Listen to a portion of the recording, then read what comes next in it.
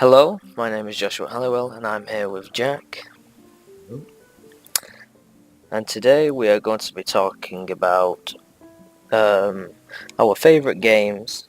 And then the second topic we're going to talk about is the current gaming trends. And the third topic we're going to talk about is gaming as an occupation. To begin with, I'll start off with about the favourite games. The game I'm going to be talking about is War Thunder. And if I've done this correctly, that should be the gameplay in the background right now. War Thunder is my favourite game at the moment because I really enjoy the strategic battle games, especially ones that are historically accurate, like this one. To begin with, probably my favourite part of the game, Jack, is that there is multiple options. For example, there's an arcade mode if you want a quick game that's more relaxed, and then there's a realistic one, which adds more realistic factors and physics into the game. Like shell drop is increased so it's more realistic, and then there's simulation, where there's only one perspective, which is first person. Is that like the hyper-realistic mode? Yeah. I'm more of a realistic person, but when I'm playing with friends, I like to do arcade, as it's more fun. Yeah, when you're with friends, you just kind of want to be able to mess around with it. Yeah. You don't really want to be limited by only first person. And I'd probably say with the game as well, my second favourite part is that there's such a large array of vehicles. Originally it started off with planes, but then it added tanks, to naval units, to now helicopters, which is, I think is really good. As before I was playing a mixture between War Thunder for the planes, World of Tanks for the tanks, and World of Warships for the ships, but now I can all play it in one game, which I think's Okay. quite good. So, is it better than World of Tanks and Warships in terms of its tanks and ships? Oh, I would say it is, yeah, but that's obviously subjective. The reason I think it is because World of Tanks and World of Warships, I see it as more arcade based, whilst whilst War Thunder.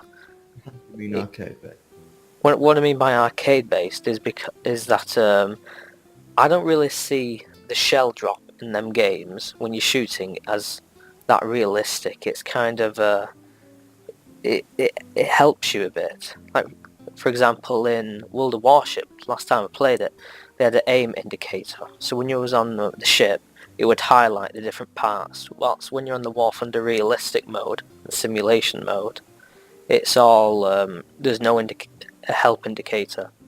You just have to use whatever comes with your tank or plane. line of sight. Yeah. Yeah. With binoculars and all that. So that's why I like it. What about you, Jack?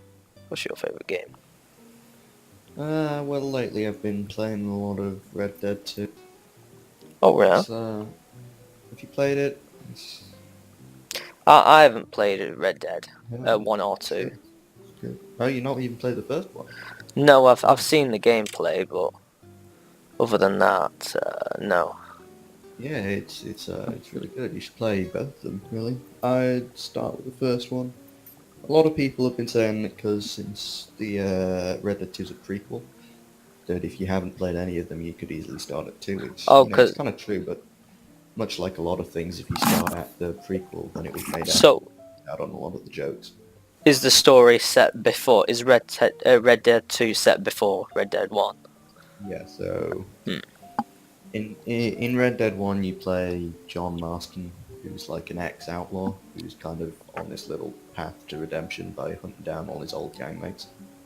Yeah. And in Red Dead 2 you play as Arthur Morgan, who is one of the members of those gangmates. So it's a time like when John was still in the gang. It's like a good 20 years before us. And like, what's the purpose of the game? Like, what's the main goal? Well, it's story based. It's all story based, as with a lot of Rockstar games. So really, you just kind of go and follow the story. It's not so much an aim as such. Is it an open world? Oh yeah, it's huge, beautiful open world. It's absolutely gorgeous. I'm sure you can get some pictures or Mm. video of it now. But Yeah. it's one of the most beautiful games I've seen ever. Wow. It's one of those games that you really kind of. There's a great bit after you just finished the kind of tutorial level, the first chapter, and you get out of the snow, and you just kind of sat riding along this mountain, and you just look out over all the like, forests and valleys and mountains that there are, and it's just so vast and beautiful that you just can't even comprehend how big it is. Oh wow. Just looking at it, and it's like, how did a computer make this? Like I do like games. Like I loved Skyrim because I really loved the exploration part that you could do. Like I felt it was quite rewarding to explore because you could see all these different cabins and learn the person's Absolutely. backstories or like earn or find secret treasures. Is that I similar to Red think Dead? it is similar, yes, but I think Skyrim does it better in the way that there's more to actually find, Hmm. whereas in Red Dead it's kind of wilderness a lot of the time. There's not so much. There is still lots to find, just not as much as Skyrim. Oh, right, okay, okay. All right. But yeah, there's Easter eggs, there's little stranger missions, there's homesteads and stuff. Yeah, there's a lot to explore. Hmm. It's just a matter of it's not quite to the level of Skyrim was, where it's like every house you walked into will give you a quest. All right, okay. Yeah, I'd have to watch some. I've not really seen the Red Dead 2 gameplay. I've seen Red Dead 1, a bit of it. But I just never bought the game when it came out. In terms of gameplay, I think two is definitely better than one. Hmm. I think to be fair, two is just generally a better game than one, but there are little tiny things that one did better than two. Oh, like what? Like just kind of the general feeling of it all. Like in Red Dead One, there wasn't quite as much just riding around. Ah, ah. Whereas in two, uh, like 50% of your story time is spent riding around, if not more. All right. It's just a lot of the time it's just point A to point B, ride your horse, which does get a little dull. Yeah, yeah, I In can. in the first one, it was less like that. There was still a lot of it. It just kind of wasn't such a major. All right, and what would you say is the main factor to play Red Dead? Like, why should I, play it? What would you say is the key point that stands out to you? I think it's definitely kind of realism of it all. You'd think being a Rockstar game, it would be kind of like GTA, and it's all kind of off the hook, all mad shit. But it's very very realistic in terms of what they make you do. Like if you eat too much, you'll get fat. If you eat too little, you'll get thin. You can build a bond with your horse. You've got to clean your horse every now and then, feed Oh, it. wow. It's very, very deep realism stuff, and it appeals to a very certain kind of person, Hmm. which is a reason a lot of people don't like it. A lot of people don't like those realism factors, but I don't think it hinders the gameplay massively. Like, No. these are things that you only have to do maybe once every couple. Well, I personally like that about games. I like how it adds another sense of realism into it. So it's not only the main mission you care about. There's like other little different aspects that you have to take care of, which overall builds up, to the main thing and your main Yeah, enjoyment. absolutely. Yeah. Certainly, in terms of like the having to feed and clean your horse, it lets you build that kind of extra bond with it, and it really feels like a living, breathing animal. That Yeah. Well, before we move on to the next topic, I was wondering, are you a fan of like war-based games? for the most part, yeah, I think it depends what it is. The sort of if you're talking war-based like Call of Duty, then no, it's just really at Mm. that point it becomes overused and it's very cartoonish. It's Ah. just not very fun. I don't find it. I prefer stuff like Battlefield, where it Oh, it's a bit more a lot. realistic Battlefield. a little more realistic, a lot bigger in terms of the scale of it. Yeah, the With map size, definitely. yeah. I mean, what is it these days? It's 64 player maps on Battlefield, and I think they're up in that, aren't they, soon? Fuck, I couldn't tell you. Pretty sure at the moment Hmm. Battlefield has 32 aside matches, and I'm pretty sure they're getting more. Have you ever played World of Tanks or World of Warships? I Or any games haven't, similar no. to that? I don't tend to play like the MMO style ones, but Ah. I've heard. Oh well, I recommend you play spend a bit of time on War Thunder, even if it's only even if it is only a couple of minutes. I feel like it is a really good game, and at first when I started playing it, I was a bit overwhelmed for the amount of vehicles there are, but I just like how it's not one tank's better than another. It's just like each tank has its own little story. Like for example, on the Italian tree. There's some tanks where there's like a human aspect involved, and if let's say it's on like the machine gun on top, controlled by a human, if that guy gets shot, you can no longer use the machine gun, and I really like that about it. And I feel like it's just little things like that that make the game what it is and really enjoyable. So I recommend Mhm. you pay it a visit. I'm certainly a big fan of realism in games in Hmm. terms of Red Dead 2 last week. Hmm. Spoke about armor. Oh yeah, yeah, yeah. Very, very realistic sort of, well, not very, but about as realistic as you can expect from a sort. Yeah. I'm all for putting more realism in over perhaps graphics or something. Luckily, Red Dead 2 had. Hmm. Have you got? Well, I'm done talking about my favourite game. What about you, Jack? Yeah, I think we've spoken enough Yeah. about mine. Well, let's move on to the second topic. And the second topic we both put down was current gaming trends and what's popular at the moment. And what I've noted is on Twitch, GTA RP. Well, it's not just GTA, but RP style games, so role playing games. And the new game, it's like I think it was created by Dark Souls, like the Japanese. Is it Sekiro, something like that? Ah, yes, yeah. I've Um, seen a lot about Sekiro lately. mm, well, Not so much about RP though. I have noticed little bits of it. Yeah. Tell me about that a bit more. oh yeah.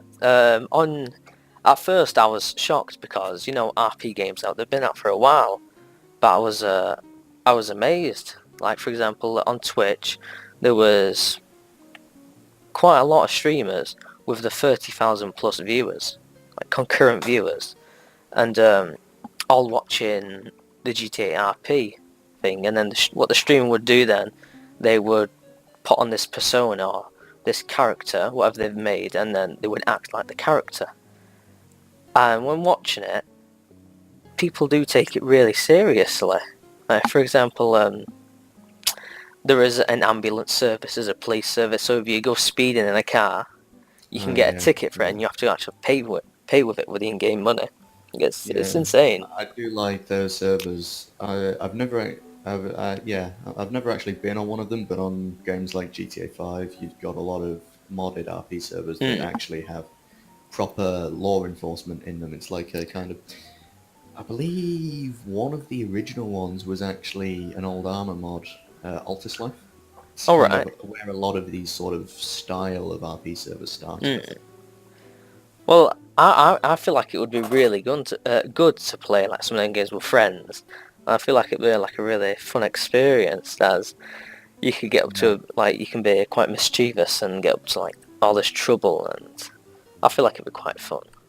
Yeah, I feel like kind of more expensive than and like high quality the game is, the better your experience is Mm. with it in terms of RP service. Because like you've got your armor Altus Life, which is kind of middling. It's pretty good. It's where it all started. It's a little lacking because it's not that sort Yeah. of game. It's been shoehorned in. But then you've got GTA 5, which is like the real pinnacle of RP Mm. servers these Yeah. days. And then you've got like your Gary's mod, which is only a £5 on Steam, and you just kind of Yeah, get some garage mod. real. They have quite a lot of garage mod, and it's good for the price. But with Yeah, GTA, it's still very popular today, and it came out in 2013, and oh, it's very absolutely. big It as well. still consistently tops the Steam Mm. charts. It's a very big game as well. I think it's 80 gigabytes plus, which was The rock paper shotgun Steam charts, the monthly Steam chart thing they do, hmm. almost always in the top three Yeah, is GTA 5, The Witcher 3, and PlayerUnknown's Battlegrounds. yeah. I've seen them all. They're always there. Well, GTA is especially. It's always at the Yeah. top. It's had its ups and downs, but it's still remained on the leaderboard, quite high up. But then again, you've had games in the past that are exactly the same. I mean, look at CSGO, Hmm. that are top the charts for years and years and years after they're released, and then they just kind of very slowly drop off the next new. So, what do you know about? Is it Sekiro or Sekiro? Yeah, so I've noticed this around. It's, I believe, a new Ubisoft game, I think. Hmm. Don't quote me on that. Let me look that up. I'm pretty sure it's Ubisoft. But yes, from what I've seen, it's kind of quite similar to Dark Souls in the combat. I'm not overly sure what it's about. I know the title is something to do with souls in it or something, so Yeah. perhaps it is Dark Souls. Well, I think it's created by But the same mainly what people. I know it from is on YouTube. They did a brand deal with Colin Furze. Do you know Colin Furze? Oh yeah, Colin Thursday made that shield thing Yeah, on it. Yeah, he's that inventor guy on YouTube he's a who bit makes all these insane. weird. He is a bit. Yeah, he's the one who did like a couple of years ago. He made like Wolverine's claws and stuff. Mm. But yeah, so they got him to make this big fold-out shield and an axe and like a flamethrower or something that all attaches to his arm Mm. for the game. And, That's what I know it from mainly, and but I have seen a lot of it about. I like how well Colin Furze, he's not a gamer. Well, I wouldn't say he's a gamer. I'd say he's more of a creator and an inventor. And I like how gaming companies have got involved with other different influencers or creators and made them a part of the community. I think it's really good what they've done. Ah, there we go. It's not Souls in the title, and it's not Ubisoft either. It's Sekiro: Shadows Die Twice, and it's active. You were close. Close.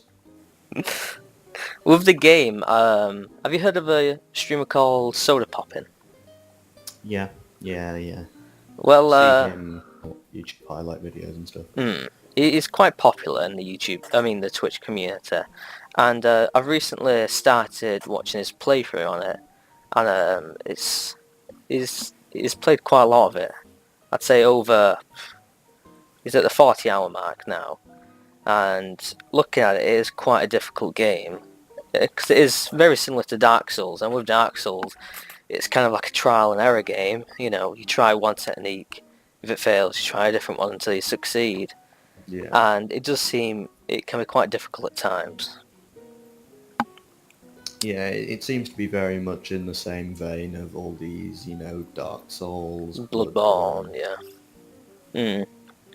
But I'd definitely like to give it a go because I do like these Asian-styled games. I just like the culture. I'm not saying that I'm anything like a weeaboo or anything, but I do like Sure about that?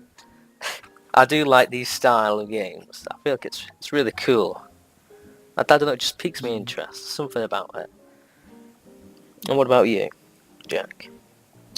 Well, I'm not really a fan of the Dark Souls kind of genre, if you will. It just seems overused at this point. Everything is the next Dark Souls, simply because the first one was, frankly, a game that was difficult to beat Yeah. beyond reasonable standards, and it's like everyone suddenly goes, "Oh yeah, that's a great game. It's like almost impossible to beat. It's so good, even though it's really just poor game design."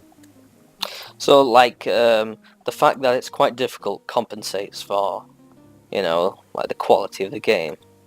Pretty much, it just appeals to that kind of fad of if something's difficult, it must be good. Like you have because to you have to prove be really good. yourself. You have to Exactly. complete it, yeah. It's an initiation rite Hmm. is what it is in game form, Well, and never really been a fan of. it's still, yeah, it's, people like it and some people don't. It's like with Cuphead. I'm not saying Cuphead's, got a bad art style and everything. I think it's an amazing game, personally. But the fact that it was quite difficult, I feel like, made it a lot No, more you see, popular. that's where we differ. I think Cuphead is just the right kind of amount of difficulty to get away with being both a good game and very difficult. That is the right level of Hmm. difficult you want to be a very difficult game because it's still reasonable. It's still you can still do it. Hmm. Yeah, It's yeah, still like not. It's not going to take you 7 years to finish it. yeah. Hmm. Yeah. Uh, I Whereas agree. Dark Souls, I think, is does Dark Souls even have a story? I don't I I feel like don't it know. doesn't. I I feel don't like know. you just kind of go through, grab some armor, and kill demons and die a lot. Wave after wave. Yeah, Um, and it's like they made 3 of them, and I'm yeah, pretty sure a 4th is. I have played Cuphead, and I've completed it. I've also watched I think it was Radbrad on YouTube play it through. Well, And it's there not you as go. I mean, it's not as if you difficult finished as it, it can't them, be. but thanks, Jack.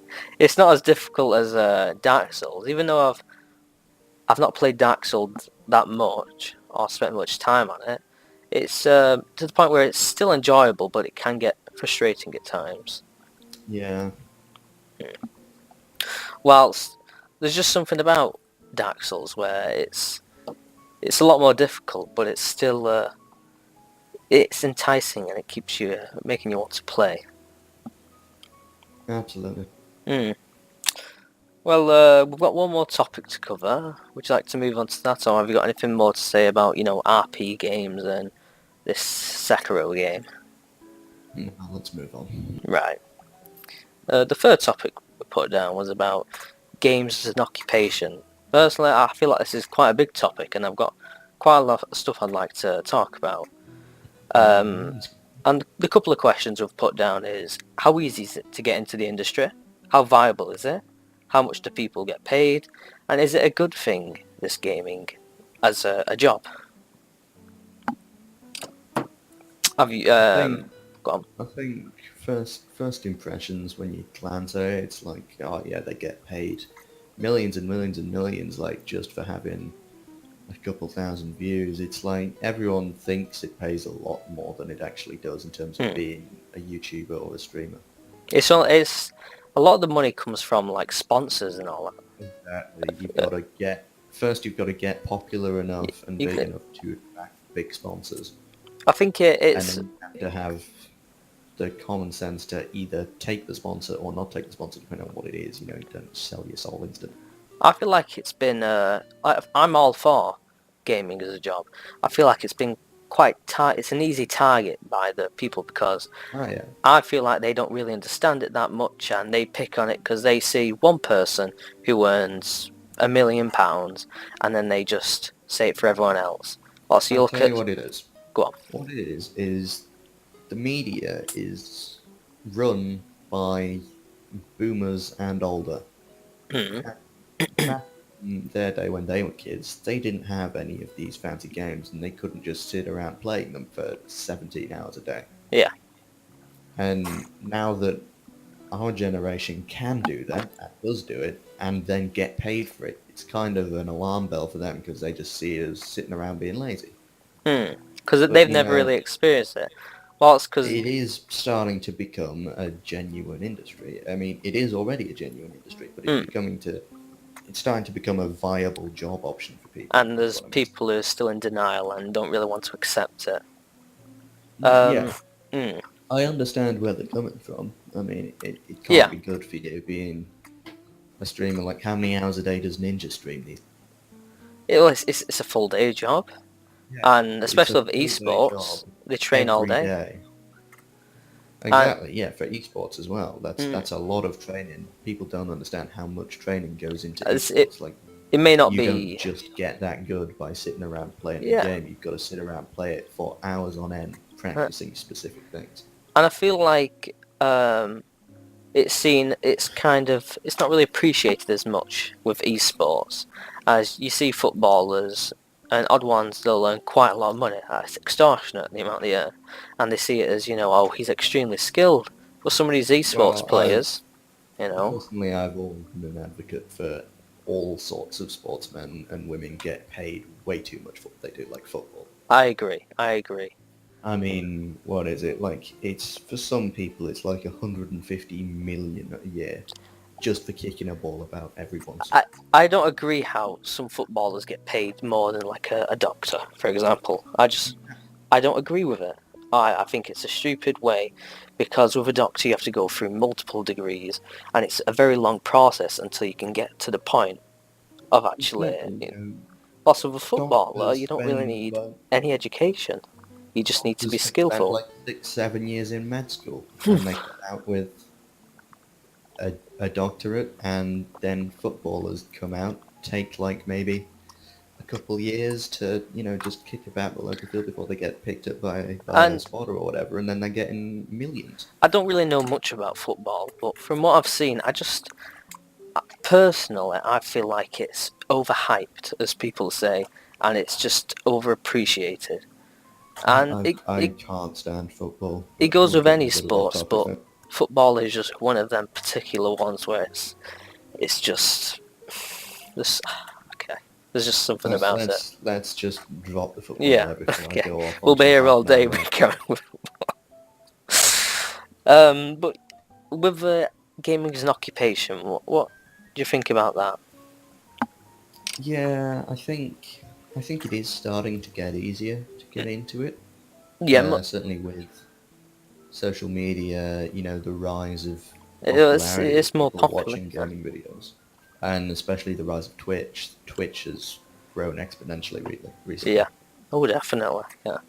With Ninja, pretty much, it's just grown with Ninja after I can't I can't even remember what it was that made Ninja really huge. He just kind of was one. He was playing. He played games for quite a while, and it's just Yeah, it was a like stream for a there very are quite long a few time. games which will help you get popular more than others. For example, Fortnite.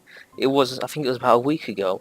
I saw this. I think it was a 14-year-old YouTuber, and he created his YouTube channel when about midway through Fortnite, and now he's got 3 million subscribers. Wow. And the way he got popular on his YouTube is that he killed Tfue. And I don't know if you know Tfue or not, but he's basically just one of the best Fortnite streamers slash players. And ever since then, he's been growing and growing. And Oh, go on. that's what made Ninja famous. He played with Drake, didn't Oh, he did, yeah. And it was only a couple of days ago. You know the musician Marshmello? he? Yeah. Well, he has a YouTube channel, and it's, celebrities go on there and they do like a collab, a 5-minute collab. But this 14-year-old, 13-year-old kid was on there, and I was just astonished at how far he's come and well he's grown. And to be honest, I'm a bit jealous of it, but it's just amazing in a way that he's got this far just from Fortnite, and he's so young. Yeah. Hmm. Yeah, it's certainly what differs about it from, normal media like TV films is that it really doesn't discriminate against age, gender, or anything. Yeah, All you've got to do is have a camera and play. and something that people want to watch. Exactly. It So just you takes, you could be interest, skillful, you could have a really knowledge good about the personality, industry. And, knowledgeable, etc. Yeah. But I feel like there's a bad side as well to doing this as an occupation. I sure. feel like there are a lot of people out there who want to become the next ninja, and it's Well, I mean, perfect example of what it actually does to Ninja is you remember that story a couple weeks, maybe a month ago, about how Ninja accidentally started streaming at like 3 in the. no. Go on. What happened? No, apparently, I don't know much about it, only just what I've heard. But apparently he started streaming at like accidentally at 3 in the morning. He didn't know it had started, and he just looked dead. Like, not even tired dead, but like heroin addict dead. Oh wow. That's kind of how tired it made him. Like, it's Hmm. just really insane. with I, just how much it drains you playing for, a yeah, decent, like, because how many hours? there is such a high demand, and I don't think people realise, what it can do to someone. With a footballer, you can't make them, playing on all day. Whilst a streamer there, it may not be as exhausting, but it can be mentally exhausting, and it can be quite difficult for a streamer. Hmm. But we're nearly running out of time now, Jack. Is there any Yeah. more things? I don't think so. We can wrap it up. Hmm. Yeah. Well, to everyone who's watching, thank you very much for joining us. My name's Joshua, and I'm here with, Jack? and yeah. Overall, I hope you've learned something new, and post anything in the comments to inform us of anything. Thank you very much, and this has been Yes. the Uncultured Pogcast.